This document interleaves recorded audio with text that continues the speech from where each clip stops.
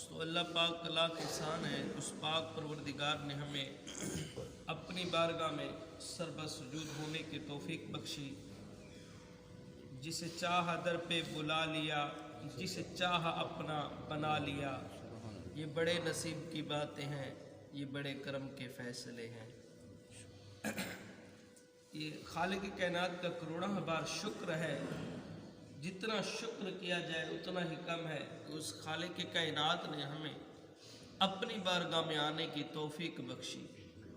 ورنہ تو میں اکثر کہتا ہوں وقت ان کا بھی گزر جاتا ہے جو بستر پہ سو کے پیاری نیند سوتے ہیں، اور جو مسجد میں اپنی پیاری نیند چھوڑ کے آتے ہیں، رب کی بارگاہ میں سجدہ کرتے ہیں، وقت ان کا بھی گزر جاتا ہے۔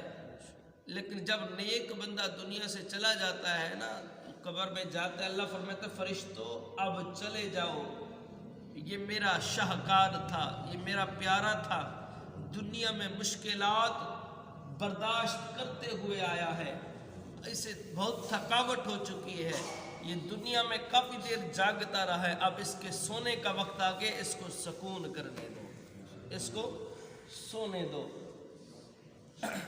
حضرت ابو ہریرہ رضی اللہ تعالی عنہ، یہ ابو ہریرہ کون تھے؟ ہریرہ کا کیا معنی ہے؟ ہریرہ کا معنی ہے بلی۔ کیا معنی ہے؟ بلی۔ یہ ابو ہریرہ اکثر بلیاں پالا کرتے تھے نا، تو ایک مرتبہ میرے مصطفیٰ کریم علیہ السلام نے دیکھا تو حضور نے فرما دیا اے ابا ہریرہ، ابو ہریرہ بلیوں کے باپ۔ کیا؟ تو ان کا اصل نام عبد الرحمن تھا۔ کیا تھا؟ عبد الرحمن۔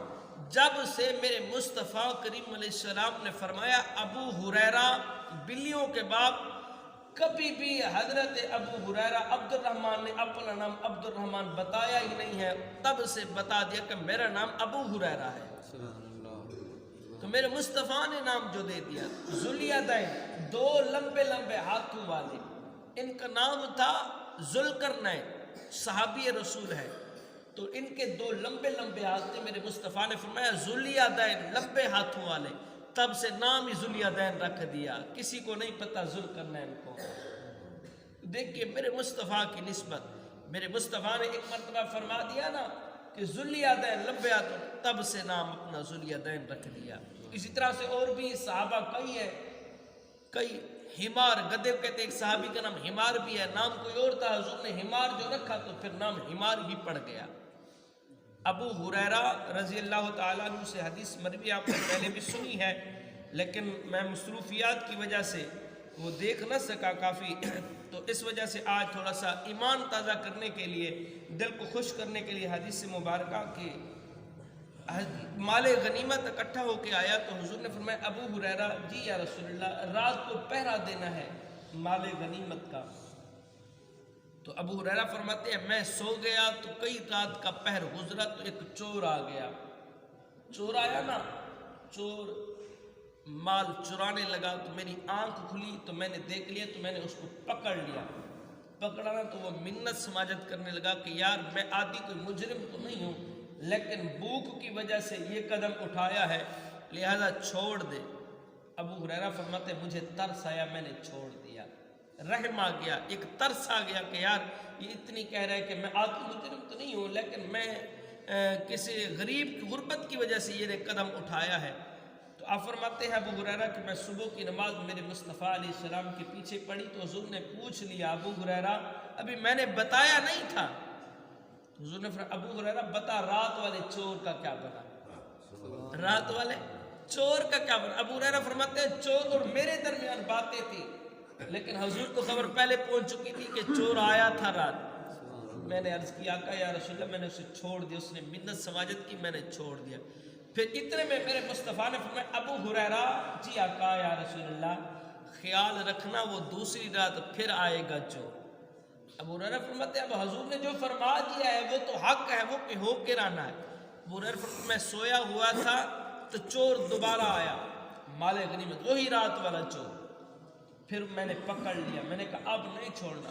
پھر وہ منت سماجت، یار میں آدھی مجرم نہیں ہوں، میں چور نہیں ہوں، لیکن میرے چھوٹے چھوٹے معصوم بچے ہیں، لیکن کیا کروں، کوئی کام پہ نہیں رکھتا، بہت غریب ہوں، اب یہی قدم اٹھایا ہے، مجھے چھوڑ دے۔ ابو ہریرہ فرماتے ہیں پھر بھی مجھے ترس آ گیا، میں نے چھوڑ دیا۔ صبح کی نماز پھر میرے مصطفیٰ کے پیچھے پڑھی تو حضور نے فرمایا ابو ہریرہ بتا رات والے چور کا کیا بنا؟ یا رسول اللہ، اس نے پھر بھی نہ سماجت کی، میں نے پھر چھوڑ دیا۔ اسی طرح سے حضور نے فرمایا پھر کل رات تیسری رات دوبارہ آئے گا۔ اب دیکھیے میرے مصطفیٰ کا فرمانا، ابو ہریرہ فرماتے چور اور میرے درمیان احوال کوئی اور تیسرا تھا ہی نہیں، لیکن میرے مصطفیٰ خبریں دے رہے ہیں ابو ہریرہ خیال رکھنا تیسری رات بھی آیا تھا، آئے گا۔ اور ابو ہریرہ دیکھیے اب حضور کو پتہ ہے نا کہ کل کیا ہونے والا ہے، تو حضور نے تبھی تو بتایا ہے، صبح کو بتا رہے ہیں رات چور آئے گا رات۔ پھر ابو ہریرہ فرماتے ہیں میں پھر مطمئن ہو کے سو گیا، پھر چور نے تو آنا ہے۔ ابو ہریرہ فرماتے ہیں رات کا کئی پہر گزرا، چور آ گیا، میں نے پکڑ لیا، میں نے گرفت میں لے لیا، میں نے کہا اب نہیں چھوڑنا، تیسری رات میں تجھے چھوڑ رہا ہوں، اب میں نے تجھے حضور کی بارگاہ میں لے جانا ہے پکڑ کر، اب تجھے نہیں چھوڑنا۔ جب چور کو یقین ہو گیا کہ آج معافی نہیں ملنے والی، آج نہیں چھوڑنے والا، تو کوئی نہ چور کہنے لگا کہ یار میں تجھے کوئی ایسی اچھی بات بتاؤں نا تو مجھے چھوڑ دے۔ ابو ہریرہ فرماتے ہیں جی بتا کون سی اچھی بات ہے، کیونکہ صحابہ جو تھے نا وہ اچھی بات سننے کے بہت حریص تھے، بہت محبت، کوئی اچھی بات ملنے کے بڑے ترستے تھے۔ وہ چور کہنے لگا کہ یار رات کو نا جو شخص آیت الکرسی پڑھ کے، آیت الکرسی اللہ لا الہ الا هو الحی القیوم، یہ والی جو پڑھ کے نا رات کو اپنے اوپر اور اپنے مال پر اور اپنے گھر پر دم کر کے سوئے گا، اللہ کریم اس آیت الکرسی کی برکت کی وجہ سے اس کے گھر میں اللہ فرشتے بھیج دے گا، اس کی حفاظت کریں گے۔ ابو ہریرہ فرماتے ہیں جب اس نے یہ والی پیاری بات سنی نا میں نے اسے چھوڑ دیا، وہ چلا گیا۔ تو پھر صبح ہوئی، حضور کے پیچھے نماز فجر پڑھی، حضور نے فرمایا ابو ہریرہ رات والے چور کا بتا کیا ہوا؟ میں نے عرض کیا رسول اللہ اصل میں تیسری مرتبہ بھی اس نے منت سماجت کی، میں نے نہیں چھوڑا، میں نے کہا اب حضور کی بارگاہ میں تجھے لے جاؤں گا، اس نے ایک اچھی بات بتائی ہے۔ تو پھر وہی بات حضور کی بارگاہ میں عرض کرنے لگے یا رسول اللہ اس نے بتایا ہے کہ جو بندہ جو شخص آیت الکرسی رات کو پڑھ کے سوئے گا، صبح کو شام کو، صبح کو پڑھے گا تو شام تک حفاظت میں رہے گا، اللہ فرشتے بھیج کے حفاظت کرے گا، شام کو پڑھے گا صبح تک اللہ فرشتے بھیج کے اس کی مال کی، اس کے اہل و عیال کی اللہ فرشتے بھیج کے حفاظت کرے گا۔ تو حضور نے فرمایا ابو ہریرہ جانتا ہے وہ چور کون تھا؟ ابو ہریرہ جانتا ہے وہ چور کون تھا جو 3 راتیں آتا رہا ہے؟ یا رسول اللہ میں تو نہیں جانتا، اللہ و رسول عالم، اللہ اور اس کا رسول بہتر جانتا ہے۔ تو پھر حضور نے کیا یہ حضور کو نہیں پتا تھا کہ چور کون ہے؟ اتنا بتا دیتے تھے کہ چور آنا ہے، یہ نہیں پتا تھا کہ چور ہے کون؟ میرے مصطفیٰ کو سب پتا تھا۔ حضور نے فرمایا ابو ہریرہ وہ اصل میں شیطان تھا، 3 راتیں جو آتا رہا ہے نا وہ شیطان تھا، لیکن شیطان تھا بات اچھی کر گیا ہے، بات اچھی۔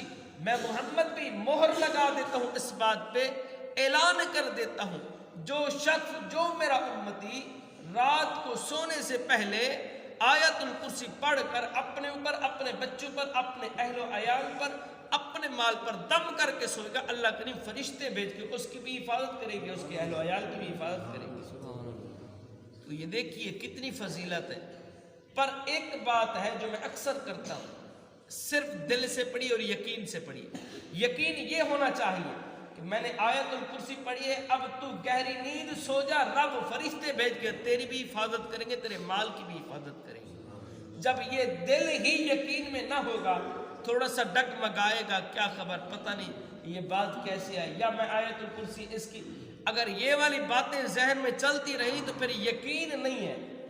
جس طرح سے کسی نے کہا تھا نا کہ بسم اللہ پڑھ کے نا دریا کراس کر لو، تو ایک آجڑی سن رہا تھا مال والا، اس نے بسم اللہ پڑھی، یقین تھا، بھئی مولوی صاحب نے کہہ دیا بسم اللہ ایک مرتبہ پڑھو، اتنی فضیلت ہے، دریا کراس کرو گے دریا پار ہو جاؤ گے۔ اس نے دریا میں قدم رکھا تو دریا پانی پر چلتا، اس کی بکریاں بھی وہ بھی دریا کے پار چلا گیا۔ وہ خبر پہنچتی پہنچتی اسی مولوی تک جا پہنچی۔ پھر کیا ہوا؟ اس مولوی کو جب پتہ چلا نا کہ میں نے بیان کیا تھا، ایک عالم نے سنا تھا، اس نے کہا پھر میں بھی کر کے دیکھتا ہوں۔ اس نے کہا اچھا اس طرح سے ہے، پڑھتا بسم اللہ ہوں، لیکن رسا میری ٹانگ میں باندھ دو. پھر یقین ٹوٹ گیا. پھر رب کا بھروسہ تو ٹوٹ گیا, رب پہ جو یقین تھا وہ تو ٹوٹ گیا, پھر رسے والی بات آ گئی. لیکن ایک بات ہے, صرف یقین کامل ہونا چاہیے, صرف یقین. اگر یقین ہے نا تو پھر پانی پر بھی اللہ کریم چلوا دیتا ہے. تو اللہ پاک کی بارگاہ میں دعا ہے اللہ ہمیں سمجھنے کی توفیق عطا فرمائے. ارادے جن کے پختہ ہوں, ارادے جن کے پختہ ہوں, نظر جن کی خدا پر, تلاطم خیز طوفانوں سے کبھی گھبرایا نہیں کرتے. وما علینا